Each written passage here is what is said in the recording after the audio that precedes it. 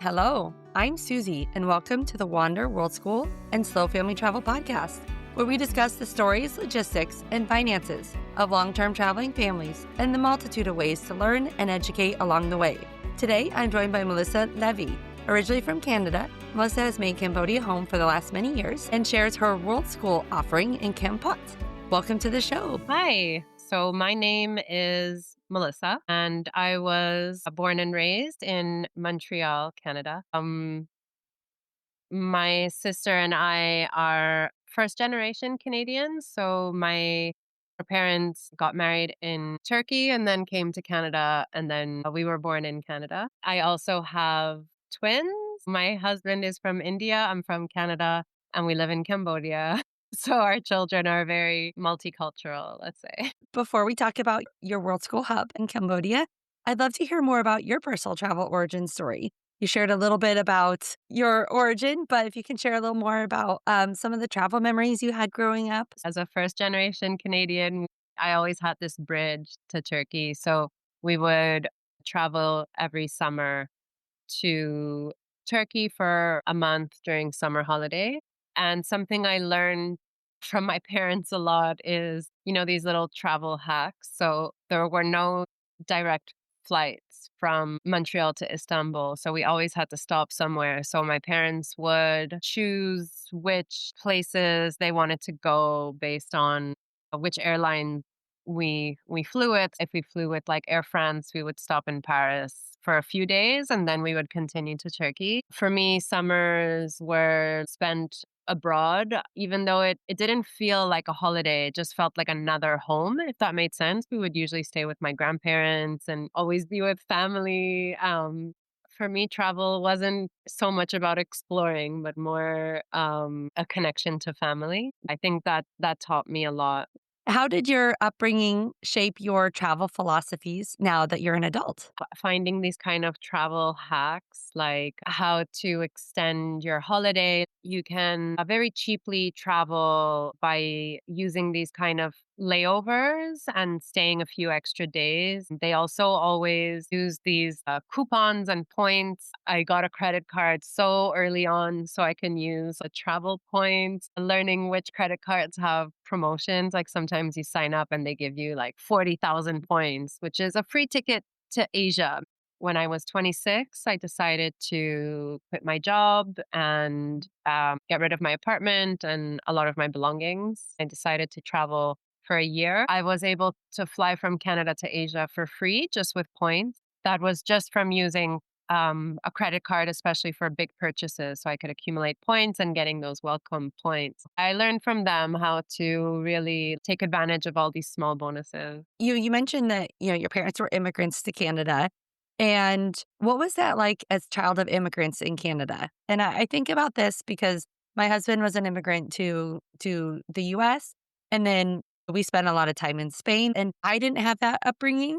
So I'm curious how that influences people that are children of immigrants to bridge many cultures. Yeah, I think it was really interesting in a way because my sister and I we don't have an accent. So we kind of fly under the radar, but I would see how my parents, because they do have an accent, for example, people would always ask, like, where are you from? Even till this day, people ask my parents where they're from, even though they spent most of their life in Canada, more so than Turkey. But then especially when we travel, people would ask them, where are you from? And they would say Canada and be like, where are you really from? People ask me less because I don't have an accent. And it just taught me that an accent is a really beautiful thing. It means you did something really courageous and it's really like a bridge.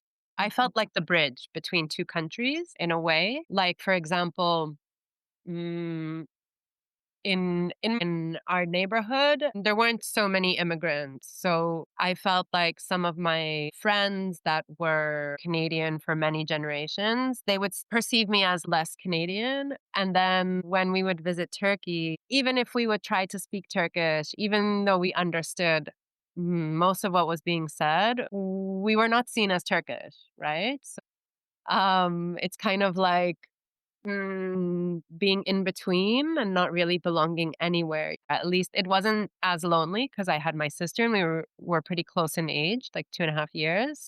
We always had each other. It's kind of like wearing different masks, you know? So we knew each other's masks. Like this is our going to school mask, this is our going to family functions mask, and this is our Canadian mask. So even now, when people ask me where I'm from, I used to say I'm Canadian. Now I just say like I was born in Canada because it feels more reflecting more the truth because it's such a complex question. It's one of those things where it depends on who you're talking to, how much Right. you really are we going to go down this long story, or am I just going to tell you a sentence and let's move on? So there's a lot Right. of brain power being used to determine how much am I going to share about where we're from or where we've been.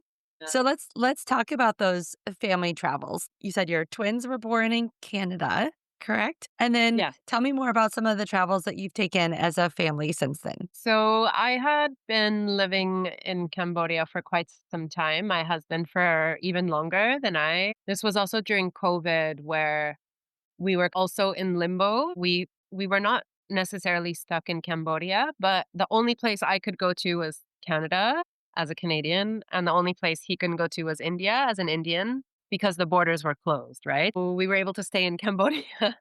And then I got pregnant and we didn't think of leaving right away. But then when we found out that we were having twins, it's considered a high risk pregnancy. We're not even in the capital city of Cambodia. We're in like a small town, like a 3 hour drive away. So we visited a local hospital to see if they even had a NICU, which they did, but they only had 2 incubators. So they were like, if there is a child in one or in both, there would not be incubators for you. So they recommended me to go to Phnom Penh. But then pretty much my family convinced me that we should go to Canada.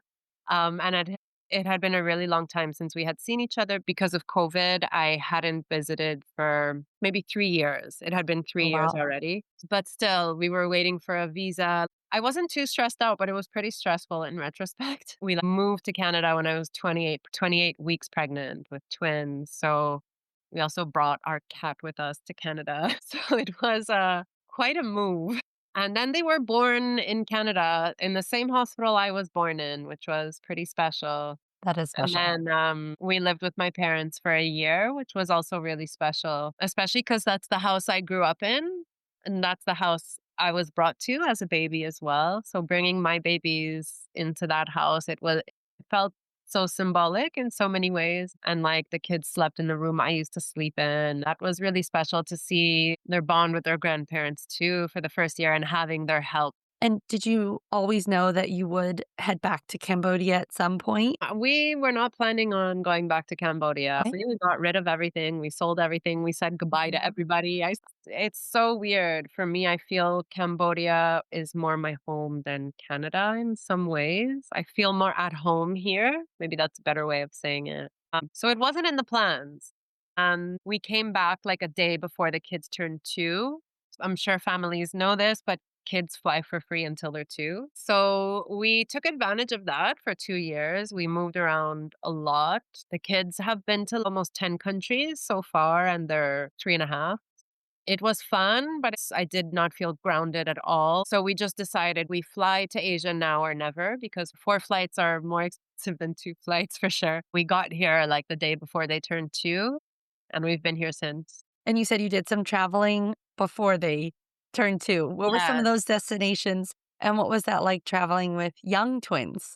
I was really, really nervous. We both read a lot before. I spoke to a lot of my friends and anyone who has kids and asked them for their advice for I was really nervous about being on the plane with them for so long. So what we did to break it up, we were planning to go to India so that my in-laws can meet the kids as well.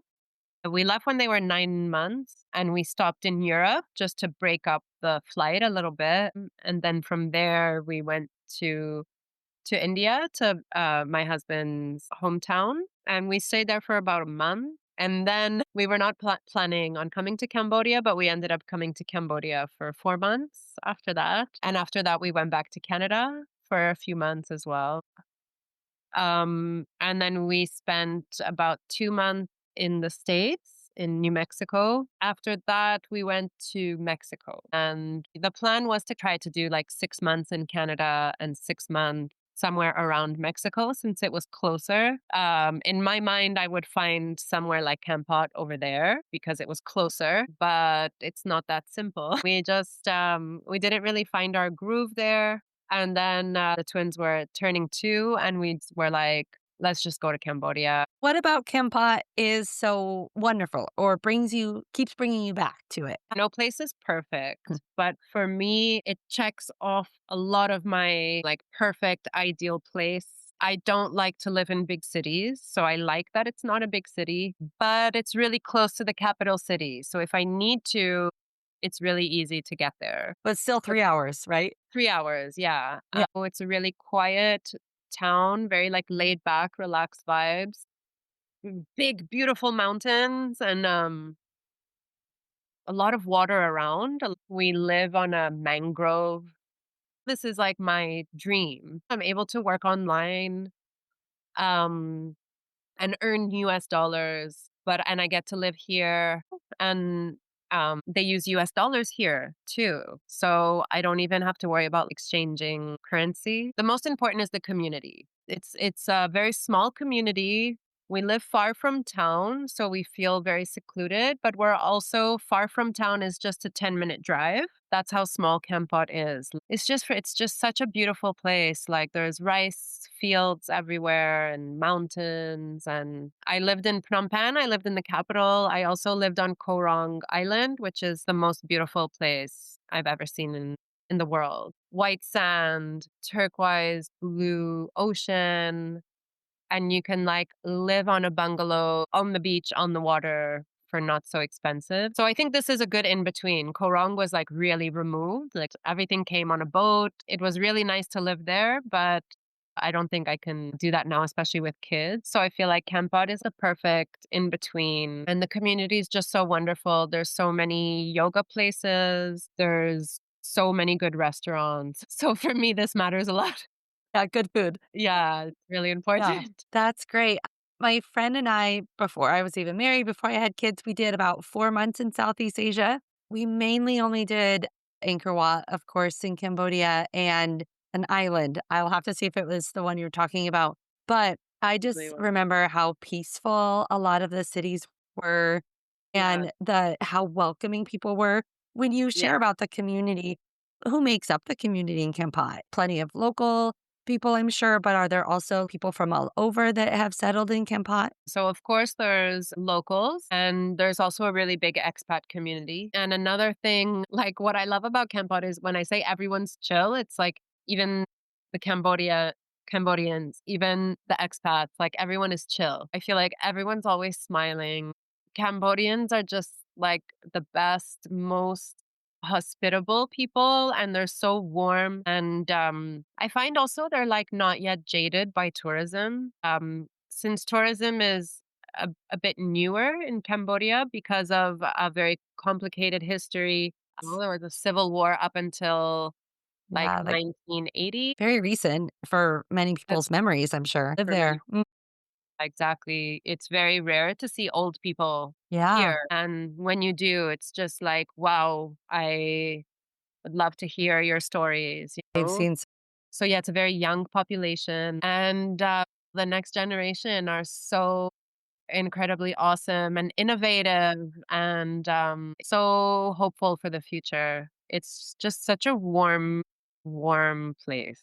The kids in the neighborhood just sometimes they'll just show up. They like poke their head in the gate and see if we're around. If they see our kids, they'll just come and play. Like the first time they asked, "Can we come play?" And we were like, "Yeah, of course." And we have like a soccer net and a soccer ball. And it was just so sweet how they felt so comfortable to just ask, can I come play? And they were so excited. You know, sometimes older kids don't really like to play with younger kids because they were older than my kids. They were maybe 7 or something. But it was just so sweet. They like made sure to still pass the ball to my kids and they made them feel included and they played together. It warmed my heart. For me, this is such a good education that I can give to my kids is to see the world and see different things. What languages are spoken in your household as well as in the community? I grew up this way. So for me, it's really normal to speak many languages at home because in Montreal, most people are bilingual. We speak English and French. So I think that's not really common in the rest of the world. So I already had that as a starting point. And then at home, we had a very Turkish household. So like Turkish was spoken at home. My parents spoke to each other in Turkish. My mom spoke to us in Turkish and we answered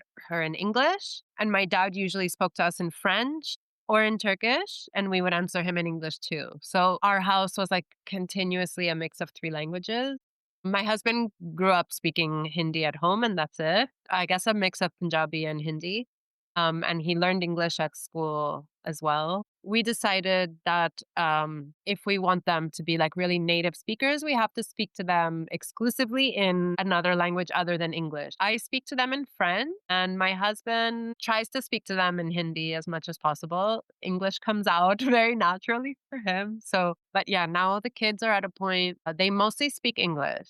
Even if I speak to them in French, they answer me in English, but they understand everything I say in French. And now they started to sometimes ask me, like, how do you say this in French? We did colors a lot. Now we're doing numbers. And now they started to ask my husband as well, like, how do you say yellow in Hindi? How do you say red in Hindi? Or how do you say this number? So that's just kind of our approach to education. Anyway, since the beginning, I never like sat down and taught them one, two, three, and ABC or anything. We just try to follow their curiosity. So they learned colors in like a few days because as soon as they discovered, like they would ask me, what's this color? What's it? Like our whole house, like for weeks, I was just constantly telling them what each color was. But then I guess that's just such a more fun way of learning. So I guess that seems to be that it's going to be the same with language. I think I can see that they're getting more comfortable speaking French because French is for sure a lot harder than English. And I know it's really common for bilingual kids to take some time before speaking like the harder language. So many times I was like, I'm just like, I'm just going to stop. But then it's like, no, I just keep going, keep going. Exactly. I encourage you to because it does pay off. I mean, my kids are 5 and 8, and my husband spoke German to them, and then they had English in the community, and now they're going to school in Spain and a Spanish school when we're in Colorado. They definitely only speak back to us in English, but Right. I see that they are learning so much, and Yeah.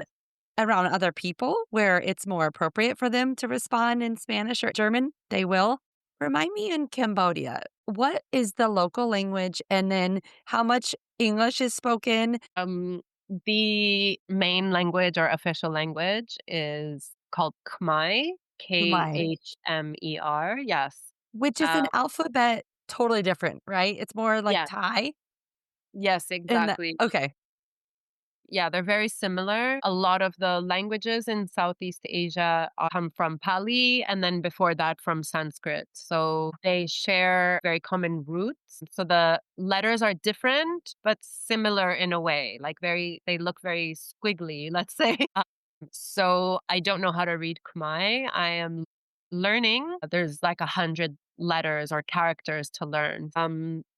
Most Cambodians also speak English, especially if they're working in tourism. A lot of the young kids speak English and Chinese as well. They learn three Oh, languages at most schools. And there's also a lot of French schools, especially in Phnom Penh. Nowadays, I think most Cambodians don't speak French unless they're like French Cambodian. I always think the language history is so interesting. What brought you to Cambodia for the first time? So when I was about 26, I traveled for a year. I thought I would like see the whole world, but I pretty much stayed in Southeast Asia. So I visited Cambodia for the first time, actually like 10 years ago now in September.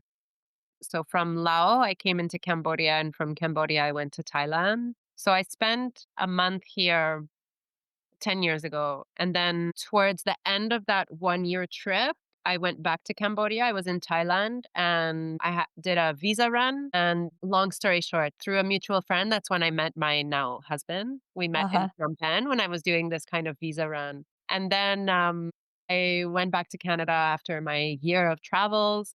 Then I just felt like things had changed. Things had shifted so much for me that I just felt like I did not want to stay in Canada. So I worked for a few months and then I came back to Asia. Originally, I was trying to live in Thailand, but I found it very difficult, like visa wise. You have to do a lot of visa runs, and my now husband met me in Thailand.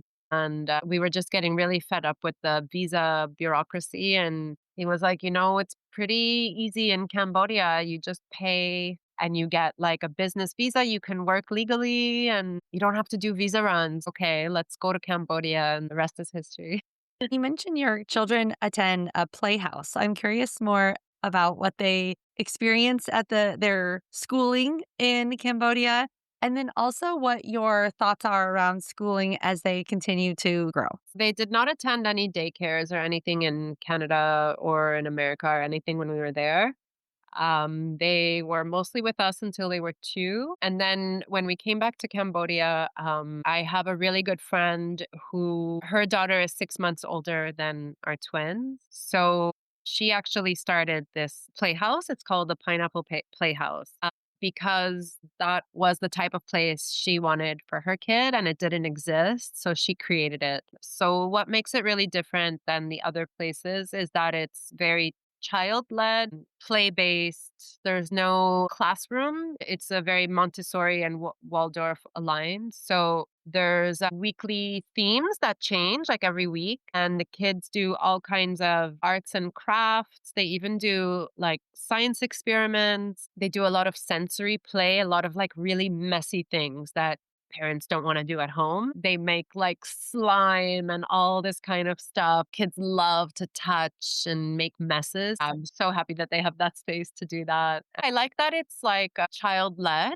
If they don't want to do any of the activities, they don't have to. They're not forced to sit down and color if they don't want to. If they want to go outside and play in the sandpit for 3 hours, they also have like bicycles that they could play and swings and things they could climb. I really like that the outdoor space is like 3 times the size of the indoor space. So the kids love to play outside and Hmm. in the grass, and they pick up rocks and flowers. And yeah, I really like that too. I think that's really important as well. Lots of outdoor time is great, Mhm. especially when they're young. Yes. And you mentioned you work online and earn in US dollars, and then you're able to spend in dollars in Cambodia. Tell me a little more about what you do for work and how that fits in with your life too. I started teaching English online in 2019 about. Which was before COVID. My goal when I came back to Asia, when I left Canada like the second time, I had just found out about like digital nomad that you can earn money from anywhere working online. And for me, this was just very appealing because thought I would have to, keep going to Canada and work and then go and come back and work and go. And that just blew my mind. Wow, I can work and travel at the same time. Like sign me up. So before teaching, I had tried a bunch of, mm, different data entry or whatever stuff on Upwork and Fiverr. But then I found that teaching English was way more steady. It was a lot more like predictable. I think I joined in the golden era before the market got really flooded. Whatever time slots I was opening would get booked. I can completely choose my days, my hours, everything. So for me, this was just really ideal. And it still is. I'm still doing this. With the same company to this day. I've taught around the world. I taught in Singapore and Canada. Yeah. What is the company? It's called VIPKid Teach. I also have a referral code, MELIS, MELIS, and then the numbers 1259. So that's my referral code. If I remember correctly, there was like a VIP kid that was predominantly teaching English for Chinese students. And then it like shut down. That was like a big, unfortunate situation for many teachers. Is this similar or is this totally different? And who are the students that are mainly taking classes from you? It's an American Chinese company, so half American, half Chinese. And I remember when I joined, I actually joined in 2017. And their selling point was that Kobe Bryant was one of the first investors in this company. So it Wow. was one of the first of this like kind of English tutoring online for kids in China. It was only China for a really long time. I believe it was around after 2020, after COVID. It was actually the government of China that changed the laws. Foreign teachers that are not in China can no longer teach kids in China. So Okay. if it was in China, I was able to teach kids, but not outside. So when that happened, there was like a big reorganization in the company, and then they opened up to different markets. So for some time, I taught exclusively Korean kids. Now the company has shifted a lot. They're also doing reading classes and math class, and they're also operating in the US as well. There's like a math program for kids in the US. So they Mm, just kind of diversified. So they never shut down. So I teach yeah. adults in China. I still sometimes teach kids. I think they just sign up for the adult class and then it's a kid, or it's kids outside China, like Mm. in Hong Kong or sometimes in Japan. I've taught some kids in Japan too.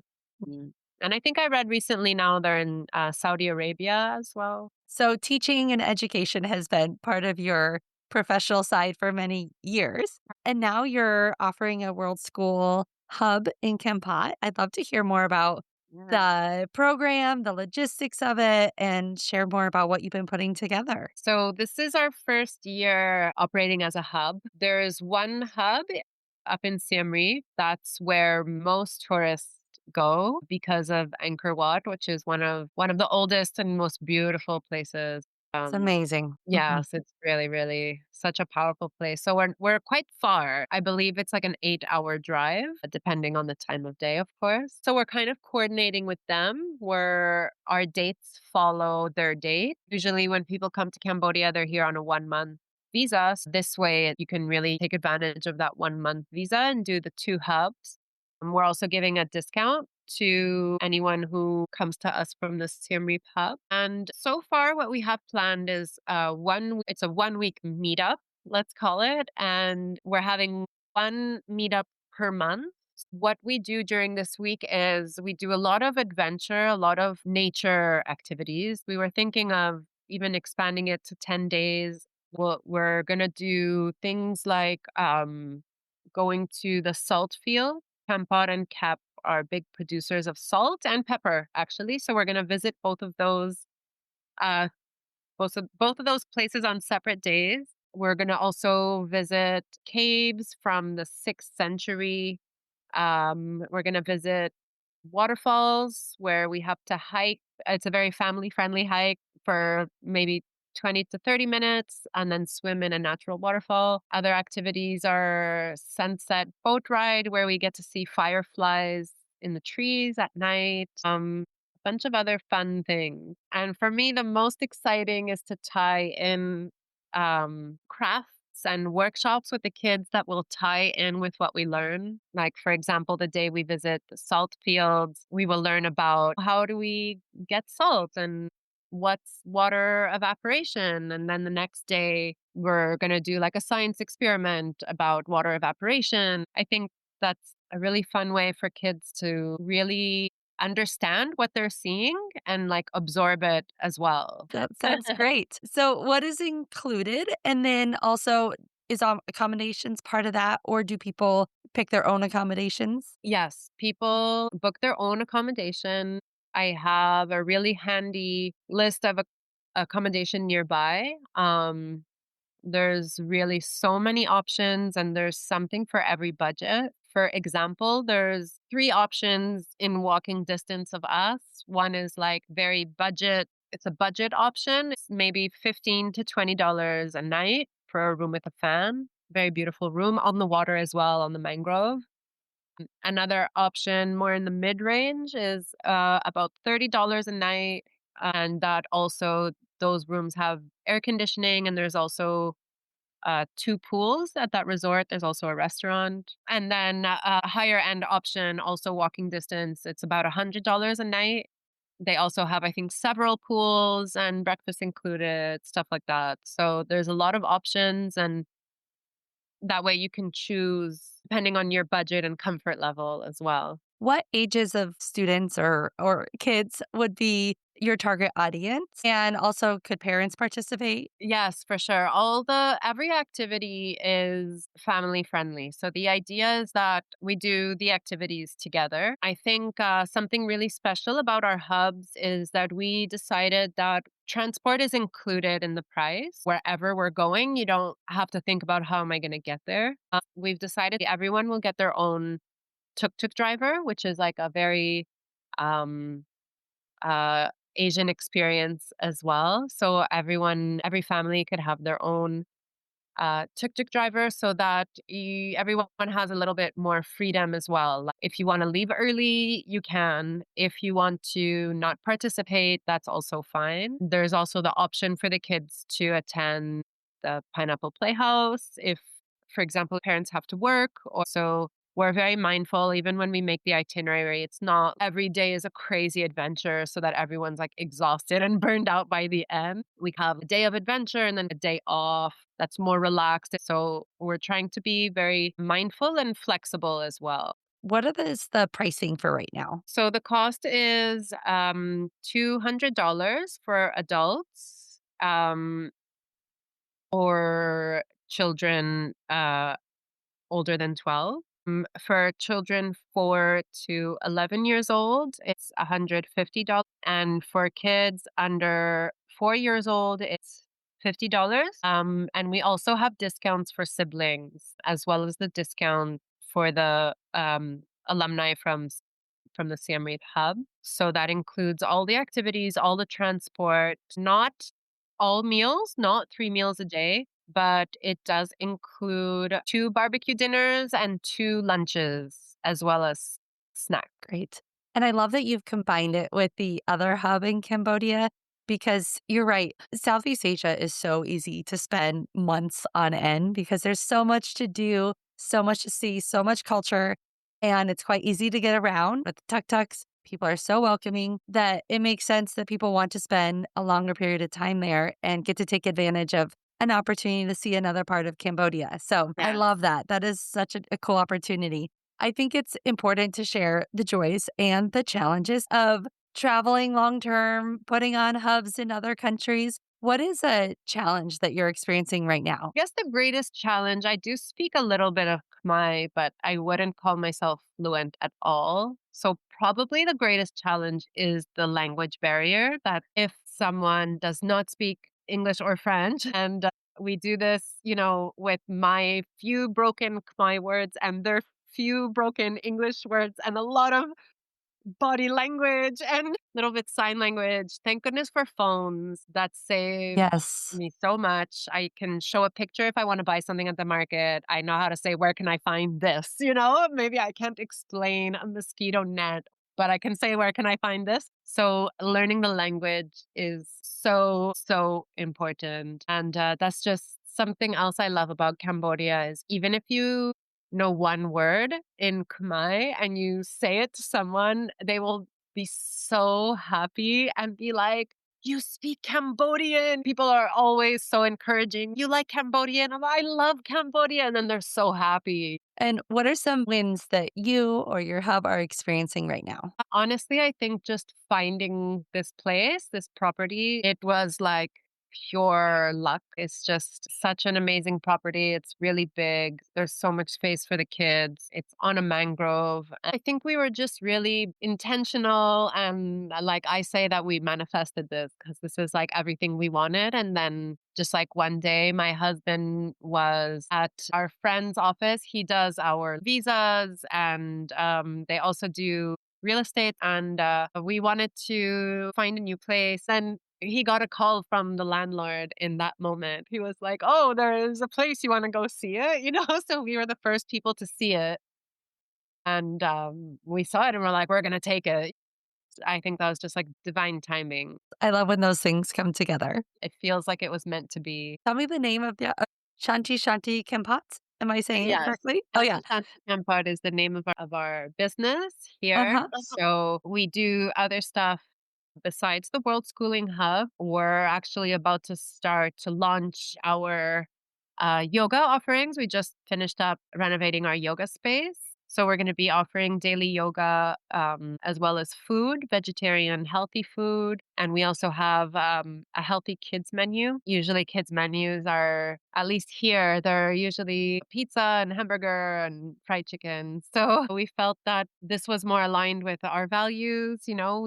Kids can have very good and good tasting and good for you food as well. So that's another thing we're doing. We're offering, we call it Curious Kids Weekends. So on weekends, we invite families to come and play and learn together as well. We have different workshops and we have kids yoga. We have yoga for adults as well. So that families can come together, and usually one parent could take a yoga class at a time. But here we have something for the whole family. We're planning on doing like family yoga retreats as well.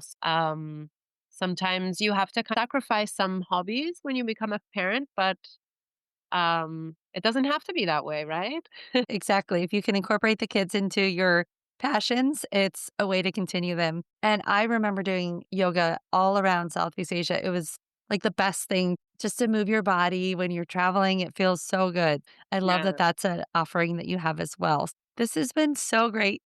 So we have a lightning round where I'm going to ask you some very quick questions. What is your favorite place, city, or country? In Cambodia. Perfect. Very fitting for what we've talked about. What is the Yeah. most unusual food you've ever tried? It's a Turkish dessert, like a delicacy. It's called tavukkazi, and it means chicken eyes, like direct translations. It tastes like pudding. It's like a milk pudding. And I remember eating this when I was a kid and loving it. And when we finished, my mom told me that it's made from chicken, and it kind of freaked me out. I don't know why. It just made me feel really weird to eat like a chicken pudding, but it's literally a milk pudding made with chicken breast. And apparently, this was like a delicacy in the Ottoman days. They would serve it only to the sultans in the palace. Does it taste like chicken as well? Not taste like Huh. chicken. It tastes like pudding. It's very sweet and delicious, but Yes. yeah, it kind of freaks Interesting. me out that it's made with chicken. And what is one item that you cannot travel without? My headphones. Do you prefer bus, train, or car? I think it depends on the country, but it would have to be a tie between car and train. And what is the first thing you do when you arrive to a new country? Probably eat. Yes, try some of the new food. Do you consider yourself an early bird or a night owl? Early bird. When I was growing up, I was a night owl, and then I became an early bird. Yes, kids kind of shifts that, doesn't it, Yeah. sometimes? And what is your favorite subject to World School? I think science. I really love science experiments with kids. Those are fun. What's one piece of advice for a family just starting out? Two things. First thing is don't stress the small stuff. And maybe something like you think is not small, you'll see eventually that it's pretty small. And another one is a really good piece of advice that I got when I started traveling, and it's when in doubt, leave it out. That like packing advice as well? Like if you don't think you Like, need it, leave it out. so universal. Last quick question. If you could teleport to one place right now, where would it be? Wherever my parents are. That's the hard part about being around the world is sometimes we're not where family is. Thank you so much for sharing all about you, your travels, your family, and your World School offering in Kampot. I will make sure to link all of this information in the show notes. Thank you so much. Thank you for having me. What an amazing story Melissa shared. Check out the show notes for her referral link if you want to start teaching English remotely or want to visit her hub in Kampot. It sounds like so much fun. Don't want to miss a show? Follow me on Instagram. Until next time, stay curious and keep exploring.